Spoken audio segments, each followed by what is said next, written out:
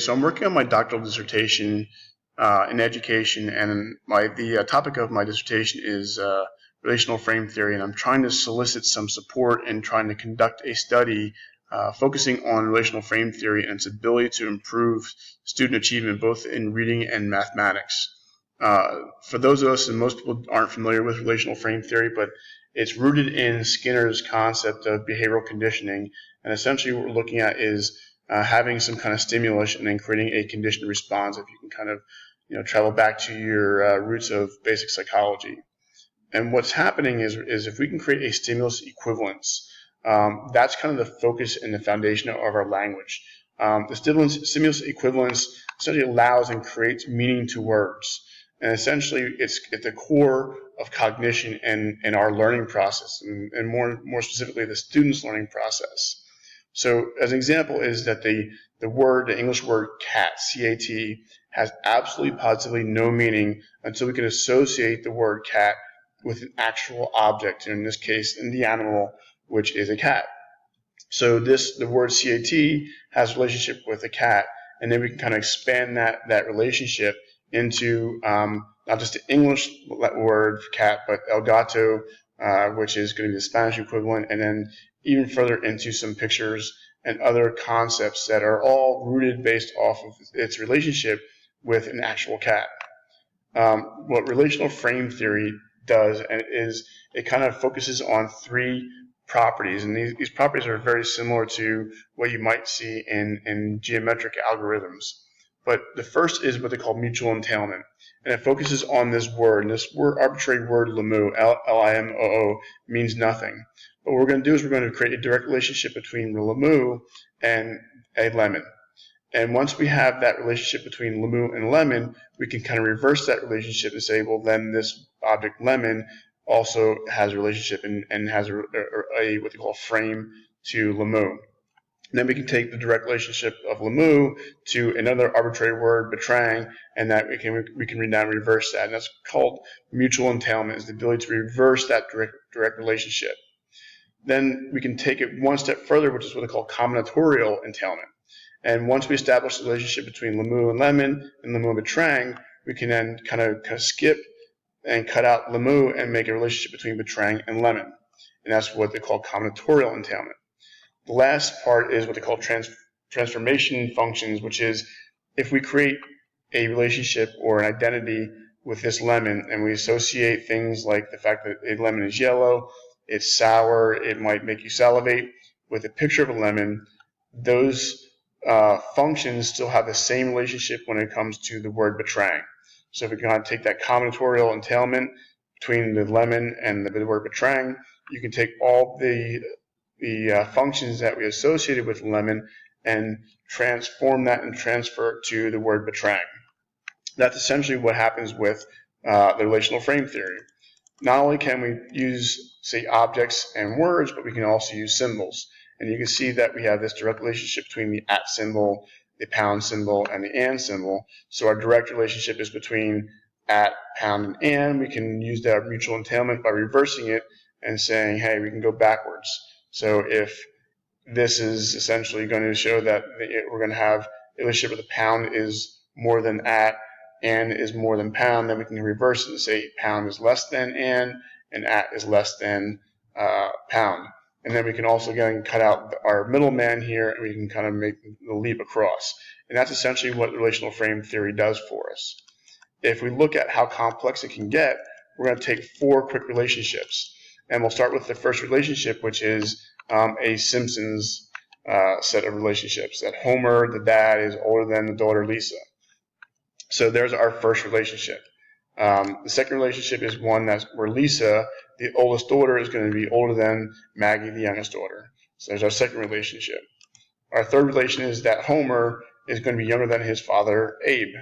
And finally, Abe is going to be younger than Monty Burns. So we established 4 different relationships. And what that provides for us is a kind of a network of relationships. And you can see the focus here was on Homer. You see how Homer, with that direct relationship where he was older than Lisa older than Maggie with a direct relationship, Homer younger than Abe and Abe younger than Monty, you can see those are our direct relationships. But then what happens is we create this network of other relationships where you can say that Maggie is definitely younger than Monty because Monty is older than Homer. So you can kind of see this huge network. And what ends up happening is our ability to envision that network and grow that network provides our ability to increase cognition and increase our abilities. The research that we've seen so far is that if we take RFT, that relational frame theory and training, and we work and practice that, we can actually have a direct correlation and a positive influence on IQ test results. So if we can do RFT training and we can increase our ability to do the RFT training, we have seen a positive correlation where the full scale IQ has significantly increased, which before is a pretty big deal because we've always assumed IQs as a static concept. In our relationship, in a study that I'd like to conduct, we want to basically take some middle school students, preferably one grade, either 6th grade or 7th grade, and what we'll do is we'll kind of divide them in half. Half the classes will act as a baseline, and they will not see anything different than they've done up to this point. So they'll continue learning like they've always learned. We'll like to take the other half, and I don't really care how the students are divided with. I want to try to keep them as equal as possible in two groups. The other half is going to work with the RFT, the relational frame training. So what we want to like do is evaluate students and compare the two and see it, and hopefully that the two students sections will be similar. So if we take group 1, which is the baseline group, and compare it to the previous the RFT, the treatment group, before the treatment, they should be similar and be the same. We'd like to then look at that and evaluate that based off of essentially standardized testing, and that's going to be our achievement baseline.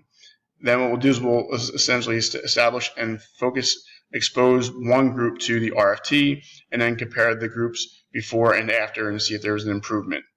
The question is how are we going to essentially apply this? How are we going to, and what tool are we going to use to provide the relational frame training? This is the web-based tool that I plan on using and having the students use throughout the study. And this is essentially a relational frame training program, and same program that was used to kind of show the improvement in full-scale IQ. So this is the same program that was used to show improvements in IQ scores. You see there's 3 modules here. The first module is vocab, meaning, and logic.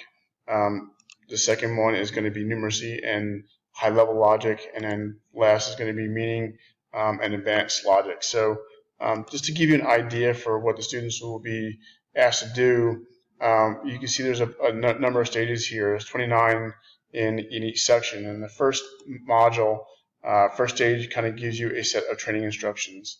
And the focus is that you're going to get a bunch of questions where you must get 16 correct in a row. 30 seconds is available for each question. So as I start the training, I'm going to work through and they're going to provide a statement. In this case, it's a single statement. You can see the difficulty is very low, but it makes a statement that DIK is the same as WAQ. These are arbitrary letters. They have no real meaning other than it's a 3-letter identification. So these will change as they go. So DIK is the same as WAQ. So the question is DIK the same? The answer is yes. So I click on yes. If you notice and watch this, it'll provide another statement. KEZ is the same as TOZ. And the question is TOZ opposite? Well, no. The statement is the same, so it's not opposite. So I can answer then no. If you watch, you notice here that the base, my answers have also changed. So 2 things happen there. Is once I answer, my environment changed and my response area changed. So not only are the students requested and expected to look at this and establish a relationship, KAR is the same as YUY. Are they opposites? The answer is no. You click on no, and then it will switch. It may switch or it may stay the same. But it also shows a progression bar here. So as I make progression through this, you can see I'm showing how many questions I answer correct or not.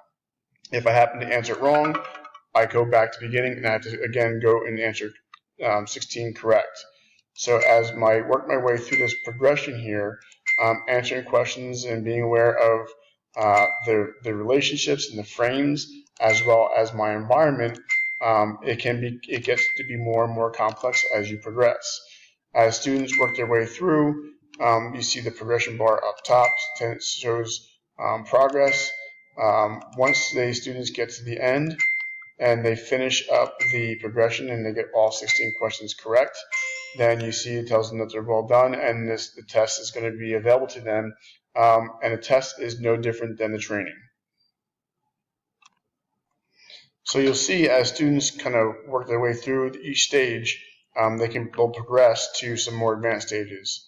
Notice here in stage 18, the training instructions are exactly the same, where they're still given 16 or required to get 16 answers correct in a row. 30 seconds is still available for each question. So as they work through this, you'll notice that now they're, instead of given 3 letters, now they're given 4 letters. And now they're given 2 different statements. That is TEUY opposite CIIS is your first statement. The second statement is that CIS is the same as YAUV. So they're saying, is YUAV the same as TEUY? Well, if these two are opposite, and then the next two are the same, these two cannot be the same, so the answer is no. Notice how if I didn't finish it in that time, it'll time out, and I will have to kind of repeat the process, and I start over again.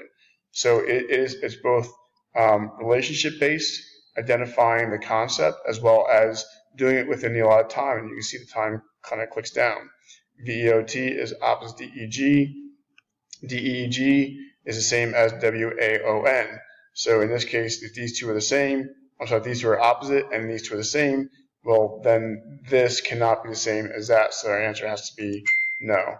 And now what happens is you can see our progression here, and the idea behind this is as students become more adept at creating these relationships and identifying these relationships, they'll be much more capable of establishing the relationships as they read through and read a passage. So the relationships that are available to them in their progression of reading, those relationships will carry more meaning to them, and they'll have a better grasp on not just the written language, but also the verbal language. The other thought process is, and the other concept is that if they can understand the written relationships in the English language, then math, which is in its entirety, it's a language all by itself, students will have more success, not only identifying what's happening in the word problems that they're presented with, but they also have the ability to identify the relationships between symbols and concepts that are subtly different and slightly different in math than they are in the English language. So what we're expecting to do is we're going to evaluate how students perform within this progression, within this training, and then how they do on both the previous years, the baseline standardized assessment, as well as the standardized assessment that's kind of recorded after they've received this training. If you have any questions, feel free to reach out, and I appreciate your support.